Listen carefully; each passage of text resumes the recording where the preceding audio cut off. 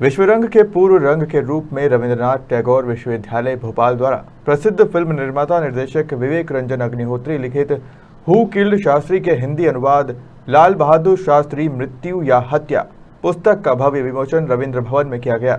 इस दौरान कार्यक्रम में मध्य प्रदेश के चिकित्सा शिक्षा मंत्री विश्वास सारंग बतौर मुख्य अतिथि, रविंद्रनाथ टैगोर विश्वविद्यालय के कुलाधिपति संतोष चौबे बतौर अध्यक्ष उपस्थित रहे।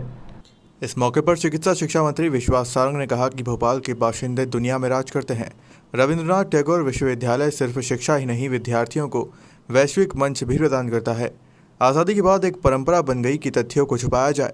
विवेक रंजन अग्निहोत्री को बधाई देते हुए कहा कि तथ्यों को सामने लाने का अथक प्रयास किया है। हजारों क्रांतिकारियों ने इस देश को स्वतंत्र करने के लिए बहुत कुछ किया है। उन्हें अब सामने लाने का बीड़ा विवेक अग्निहोत्री ने उठाया है।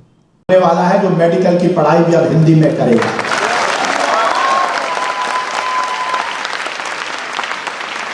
हमारे देश के यशस्वी प्रधानमंत्री नरेंद्र मोदी जी ने यह सपना देखा, उन्हें आह्वान किया, राष्ट्रीय शिक्षा नीति में आमूलचूल परिवर्तन किया।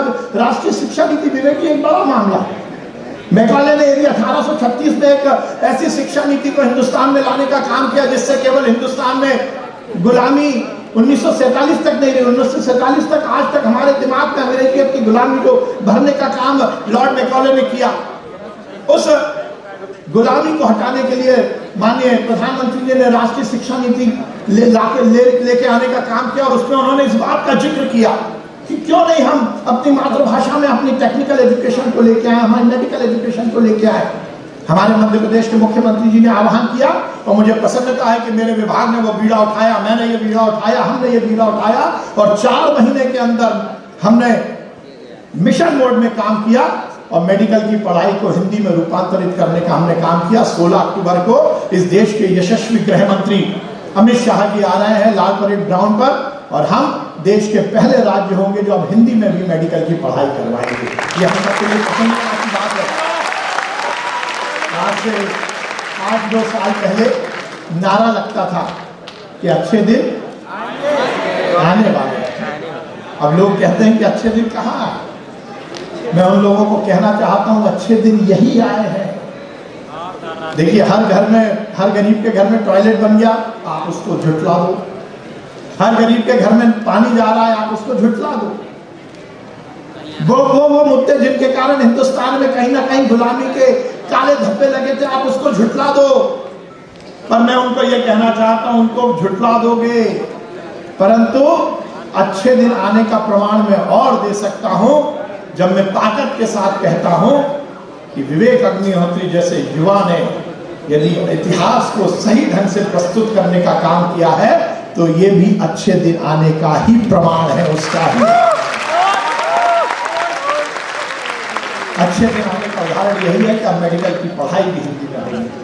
मैं विवेक जी को बहुत बधाई दूंगा। फिल्म निर्माता निर्देशक विवेक रंजन अग्निहोत्री ने कहा कि ये महत्वपूर्ण बात है कि इस किताब का हिंदी में विमोचन हो रहा है। विश्वरंग के बारे में बात करते हुए कहा कि ये पहले हम भूल गए थे कि कला ही समाज की आत्मा होती है। वैक्सीन, पोलियो हो, एड्स हो, ये सब ICMR करता है किसी को।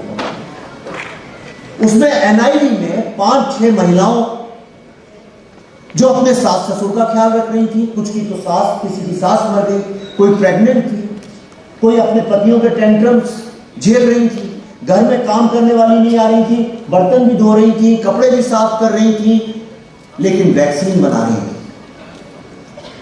वो महिलाएं अपने घर वापस नहीं गई हैं, हफ्तों एक से तो मिला जो 22 दिन तक वहीं पे रही और उसी बीच उनकी सास की भी मृत्यु हो गई, घर तक न जाना। और अगर कोई चौकीदार या कोई बीमार हो, किसी को हो, उसके लिए काढ़ा भी बना के पिलाती थी। रात को कोई सो रहा है तो उसको कंबल भी उड़ा देती थी। ये ममता, ये त्याग, ये संघर्ष मैंने पूरा विश्व घूमा, यकीन मानिए। और विश्व सिर्फ मैं फोटो लेने के लिए नहीं घूमता हूं, मैं वहां के समाज में घुस के समझता हूं उसको। और मैं किसी द्वेष से नहीं कह रहा हूं, लेकिन बहुत गर्व से कह रहा हूं कि इस स्तर का संघर्ष, त्याग और सेवा भाव सिर्फ भारत की माओ में है और नहीं।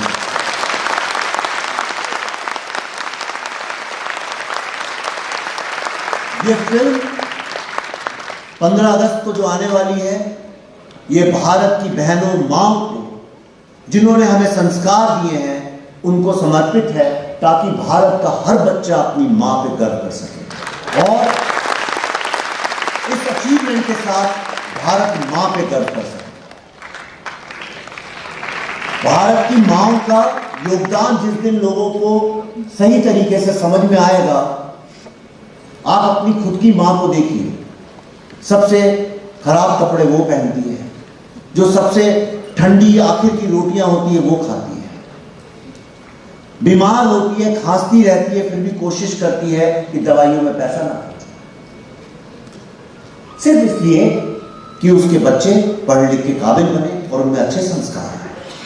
और शायद यही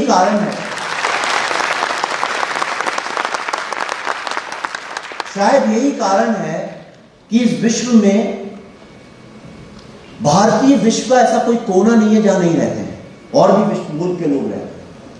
लेकिन आप कहीं भी जाइए, कहीं भी आप जाइए, किसी भी मुल्क में चले जाइए, आप जापान से लेकर टिम्बकटू तक कहीं भी चले जाइए, आपको चाइनीज लोगों के बारे में एक राय मिलेगी कि नहीं, वो लोग जो हैं उन पर विश्वास नहीं कर सकते, या वो बड़े।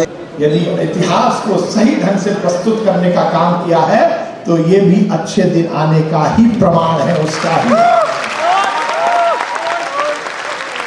अच्छे दिन आने का उदाहरण यही है कि अब मेडिकल की पढ़ाई भी हिंदी में होगी। मैं विवेक जी को बहुत बधाई दूंगा।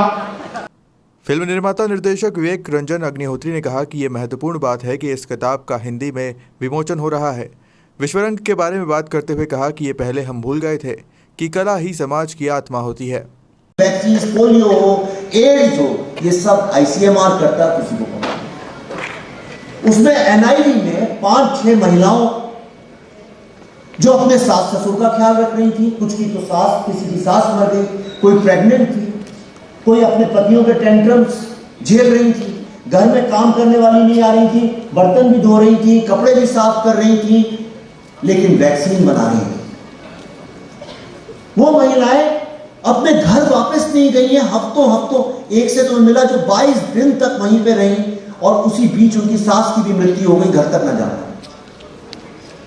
और अगर कोई चौकीदार या कोई बीमार हो, किसी को हो, उसके लिए काढ़ा भी बना के पिलाती थी।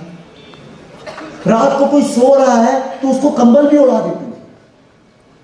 ये ममता, ये त्याग, ये संघर्ष, मैंने पूरा विश्व घूमा, यकीन मानिए, और विश्व सिर्फ मैं फोटो लेने के लिए नहीं घूमता हूं, मैं वहां के समाज में घुस के समझता हूं उसको। और मैं किसी द्वेष से नहीं कह रहा हूं, लेकिन बहुत गर्व से कह रहा हूं कि इस स्तर का संघर्ष, त्याग और सेवा भाव सिर्फ भारत की माओ में है और कहीं नहीं।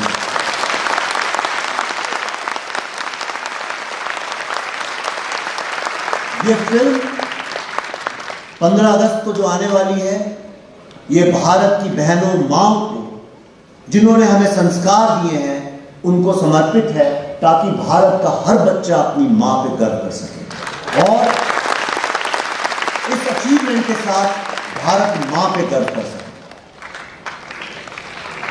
भारत की मां का योगदान जिस दिन लोगों को सही तरीके से समझ में आएगा, आप अपनी खुद की मां को देखिए, सबसे खराब कपड़े वो पहनती है, जो सबसे ठंडी आखिर की रोटियां होती है वो खाती है, बीमार होती है, खांसती रहती है, फिर भी कोशिश करती है कि दवाइयों में पैसा ना खर्च,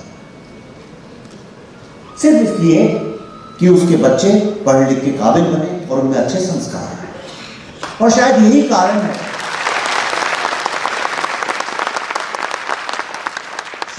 कारण है कि इस विश्व में, भारतीय विश्व का ऐसा कोई कोना नहीं है जहां नहीं रहते हैं, और भी विश्व मुल्क के लोग रहते हैं। लेकिन आप कहीं भी जाइए, कहीं भी आप जाइए, किसी भी मुल्क में चले जाइए, आप जापान से लेकर टिम्बकटू तक कहीं भी चले जाइए, आपको चाइनीज लोगों के बारे में एक राय मिलेगी कि नहीं, वो लोग जो हैं उन पर विश्वास नहीं कर सकते, या वो बड़े। भोपाल से उमेश यादव की रिपोर्ट।